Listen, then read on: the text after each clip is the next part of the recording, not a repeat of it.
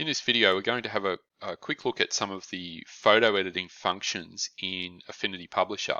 So I don't know why, but it took me a while to figure out that you actually do have the adjustments panel in this particular suite. So you don't need to go across to the photo persona. I use this thing where it combines all three and I can flick between them. But you can actually see it in you can see here you've got your effects and you've got your colors and stroke and all that, but there's no adjustments. So if I go across to photo, you can see it says adjustments. So I always just went across and did all my editing that way. But if I go back, it may be, look, if it's obvious to you, let me know in the comments and if you saw it straight away, but I never saw it. And so you've actually got the adjustments there. So you can do all your vibrance, posterize, exposure, coloring, stuff like that. So this takes a step out of, say, if you're quickly doing some photos and you want to just tidy them up and use them for social media or whatever, you don't have to go across to photo for the basic stuff. You don't have the filters and things like that, the really, more, I guess, very almost Photoshop style things, but you do have the basic stuff, the basic retouching. So for this one, all I did was upload a rectangle image and cropped it, and then added a couple of things: a light adjustment, vibrance adjustment, and a curve adjustment, just to make it sort of almost artistic looking photo. So what I'm going to do is show you a couple of things. So I've got the same picture here, and I'm going to just show one thing, and then I'm going to do it from start to finish. So there's another thing that you may have already seen is the nesting function. So you can get a shape and you can drag a photo into the shape. So you've actually got a photo there. So that was something that I found quite convenient, especially when I want to, instead of cropping an image, I want to just play around with it until I get it the way I want it. So you can do it in a shape. So you just create a shape, and I'll just do a new one here. So create a rectangle. Now I want this for social media, so I want it to be a square that's 1080 by 1080. So I want it to be a square. So I'll just make it a square. And that way, I know it's an exact square. I can resize it and export it as 1080 by 1080 as well, but at least if I hold down shift, at least I can resize it and make it whatever size I want, but I also know it's a square. So I'll grab this photo, I'll just make a copy of this exact one, and I'll just paste it in here. Now you'll see it's not in the layer, it's not in the actual shape yet. So what I'm going to do is just go into layers and just drag it and hold it over the top of the rectangle. And you'll see it's now in there. Now you'll see it's not quite the right shape. If you want, you can make the background a more obvious layer, but you can just zoom out and just drag. You can just drag it without holding any of the keys down, okay, when it's nested in there. So there's one. You can see it's still, I know it's all right.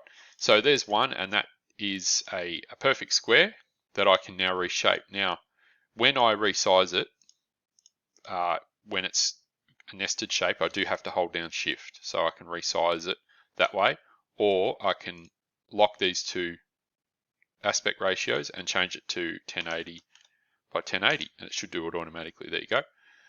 So now I've got an export that I can use. Now I want to make it black and white, so this is where I go into the layers panel, and then I select adjustments, then go vibrance and reduce the saturation. So that's the first thing. Sometimes if I've got more than one image in a shape, I want that vibrance maybe to only apply to just to one picture, or not all of them. So I need to drag it on top of it, so that way it's actually only affecting that particular image. Now I want to make it a bit brighter. I usually use curves, so I have more control over where the light is and where the dark is. So I'm going to add a couple of nodes and just brighten it up a bit, maybe brighten the mid-range up a bit, and then maybe darken the dark a little bit. So I want to bring those clouds out a little bit, but I like the look of the clouds actually in the sky though. So I'm just going to try and isolate, make it more dramatic anyway, that's probably enough for that. Now, I'm pretty happy with that. I would be able to export that right now. So what I'll do is go File, Export. Now you see I've selected it. Okay, you probably already know this.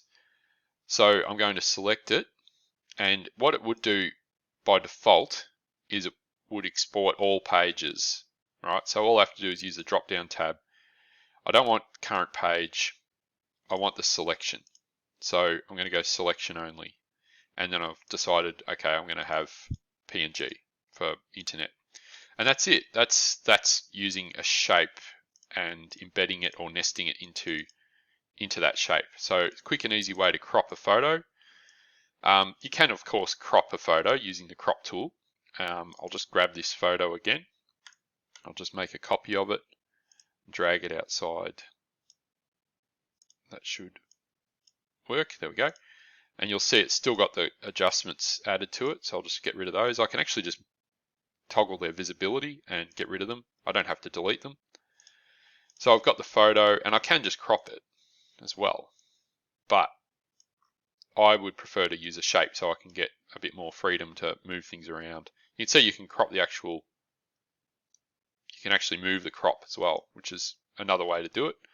Now the other thing I want to show you is photo frames. So why would I use a shape when I could use a photo frame? And that is actually a good question. And really it's just personal preference. If you know why, if you know there's an exact reason what the differences are, let me know. I'll go over a couple right now. So I'm going to do the same thing, 1080, and I'll hit tab and it will adjust it to, or it should adjust it. Not sure why it didn't, but I will do that. 1080, I've got to untether that. So I've now made a frame, and you'll see it's a frame. Quick way to tell is it's got this X in it, which it doesn't have if it's a shape. So I'm going to grab that picture again, and I'm going to drag it across. Now I'm going to keep all the effects, but you can actually just get rid of them again if you want. But I want to use them, so I want that picture to be inside the picture frame. Okay, now a couple of differences. If I adjust the size, you'll see it doesn't stretch the photo, whereas this one does. You see it stretches it. So that's one thing. It's probably more convenient to use a picture frame. So it doesn't actually edit the photo, it just moves it around dynamically. So that might be helpful if you're, say, oh, I want to make a picture. I want to make a picture that's 1080 by 1080. And then I want to copy it. I'll just get rid of this one. Then I want to copy this one. And I want to make this one 1920. So for a phone screen. And I'm using the same image, just dynamically changing it.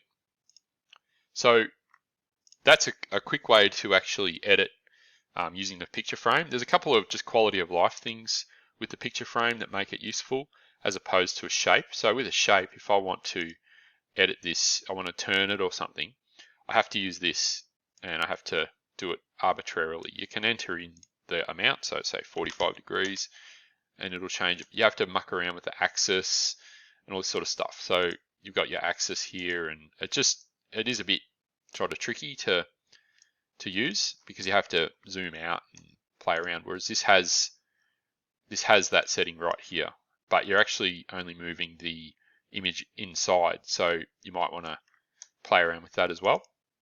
So the shape moves the entire thing, so you can see I can still move the whole frame, and if I went in and got the photo, I can move the photo inside the shape, but it's just a little more tricky than just using that setting. And that just helps you move it side to side. So you see I don't have to double click to move the photo around. If I click on there, it moves the whole shape. So that's another function. And then you've got the zoom. So the zoom is good instead of having to double click on it and then move it and have to hold down shift because it's inside a frame. So it doesn't alter its aspect ratio.